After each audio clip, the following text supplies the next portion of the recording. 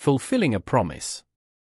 Ever since the beginning, the girl's family member disagree her relationship with the boy, saying that because of family background, if she insists of being together with the boy, she'll suffer for her whole lifetime. Because of the pressure applied by family members, she frequently quarrel with him. The girl does love the boy. She used to ask him, "How much do you love me?" Because the boy is not good with words, he used to make her angry.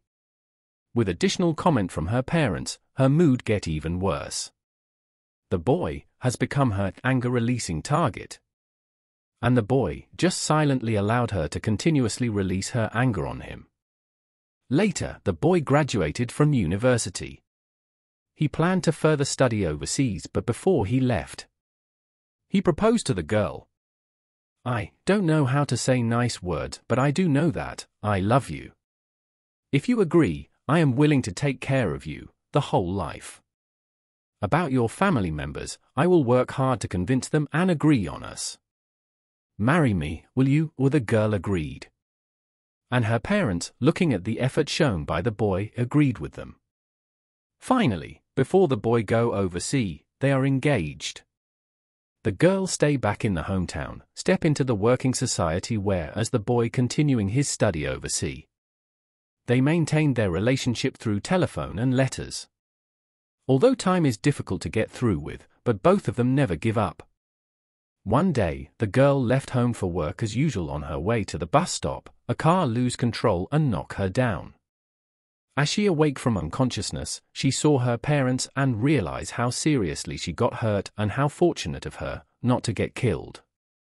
Looking at her parents, with their face got all wet by their tears, she tried to comfort them. But then, she found out that she can't even spell out a word. She tried her best to make some voice, but all she managed was to breath without any voice. She's mute. According to the doctor, the injury affected her brain, and that caused her to be mute for the rest of her life.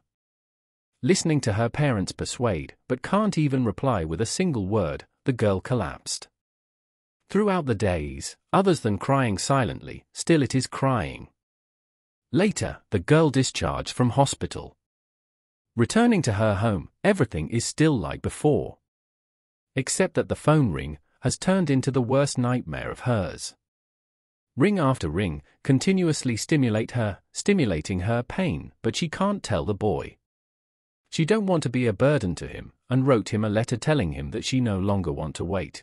The relationship between them ended, and even returned him the engagement ring. Facing the letters and telephone from the boy, all she can do is to allow tears falling from her eyes. Her father decided to move, after seeing the pain she is suffering. Hoping that she could forget everything and be happier into a new environment, the girl started to learn, slowly picking up sign language and start over again. Also telling herself to forget the boy. One day, her best friend tell her that the boy's back. He's searching all around for her. She asked her best friend not to tell him about her and asked her to tell him to forget her. After that, for more than a year, there was no news of boy. One day her best friend tells her that the boy is getting married soon and passed the wedding card to her.